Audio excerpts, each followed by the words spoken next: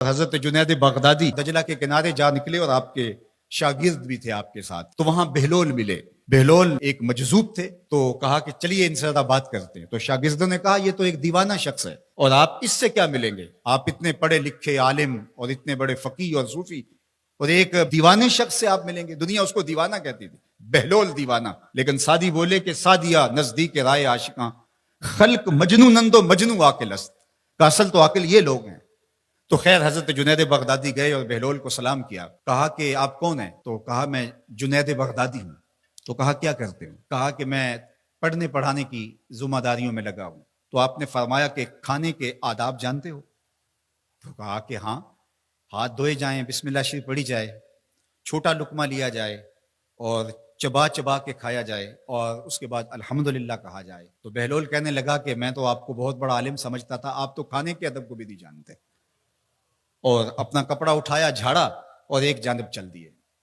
شاگردوں نے کہا ہم نے آپ کو کہا تھا کہ اس شخص کے پیچھے جانے کا کیا فائدہ، یہ تو دیوانہ شخص ہے۔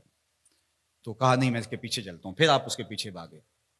تو پھر بہلول نے پلٹ کے دیکھا، کہا کہ کون ہو؟ کہا کہ میں جنید ہوں، آپ کو ملنے آیا ہوں۔ تو آپ نے پھر ایک سوال کیا، گفتگو لمبی ہو جائے۔ تیسری مرتبہ بھی جب وہ اپنا دامن چھاڑ کے گزرے تو پھر آپ آگے بڑھے۔ انہوں نے پوچھا کون ہو؟ انہوں نے کہا کہ میں ایک عام سا شخص ہوں، تو آپ کے پاس جو ہے وہ سیکھنے آیا ہوں۔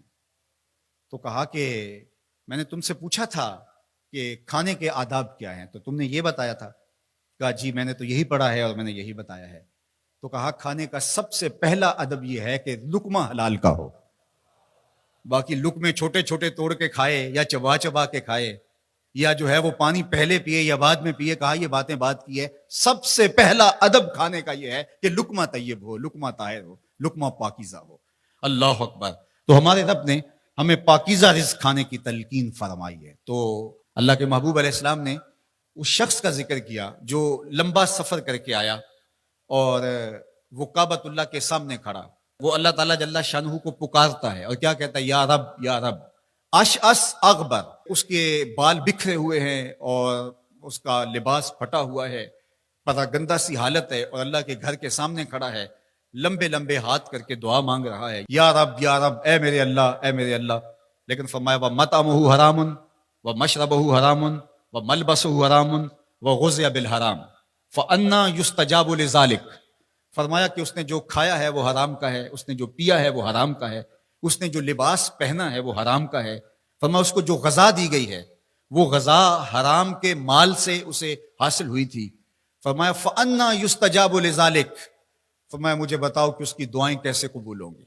وہ کعبۃ اللہ کے پردے کو تھام کے کھڑا ہے، ملتزم سے لپٹ کے رو رہا ہے، وہ حتیم میں کھڑا ہے، وہ کعبہ کے اندر بھی چلا گیا، کعبہ کی چھت پہ سقف بیت اللہ پہ بھی کھڑا ہے، مطاف میں کھڑا ہے، وہ حجر اسود کے ساتھ لپٹ کے دعائیں مانگ رہا ہے، مقام ابراہیم کے پاس کھڑا ہو کے دعائیں مانگ رہا ہے۔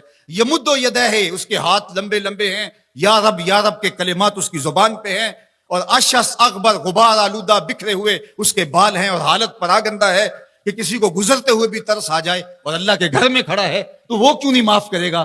لیکن فرمایا مطعمہ حرام ومشربہ حرام وملبسہ حرام وغذی بالحرام، اس کا کھانا پینا لباس اور غذا حرام کی تھی۔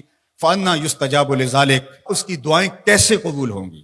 بلکہ علماء نے لکھا کہ جو شخص حرام کمائی کھاتا ہے اس کی اپنی دعائیں تو قبول نہیں ہوتی، نیک لوگوں کی دعاؤں سے بھی اس کا حصہ نکال دیا جاتا ہے۔ جب اللہ کے بندے اولیاء کاملین دعائیں مانگتے ہیں اور وہ پوری امت کے لیے، پوری قوم کے لیے مانگ رہے ہوتے ہیں، لیکن اس شخص کا حصہ نکال دیا جاتا ہے جس کا رزق پاکیزہ نہیں ہے۔ اس لیے رزق کی پاکیزگی یہ بہت اہم ہے۔ رومی علیہ الرحمہ فرماتے ہیں کہ اگر تمہارا رزق پاک ہوگا، تمہارا رزق ستھرا ہوگا، تمہارے سینے میں معرفت کا نور پیدا ہوگا، اور اگر تمہارے سینے میں غل، غش اور حسد، بغض، کینہ اور نفرتیں پیدا ہو رہی ہیں تو پھر تم غور کرو کہ تمہارے رزق میں کوئی مسئلہ ہے۔ تم کھاتے ہو، اس کے نتیجے کے اندر حسد پیدا ہو رہا ہے، بغض پیدا ہو رہا ہے، نفرت، سستی اور کاہلی اور عبادت سے دوری پیدا ہو رہی ہے۔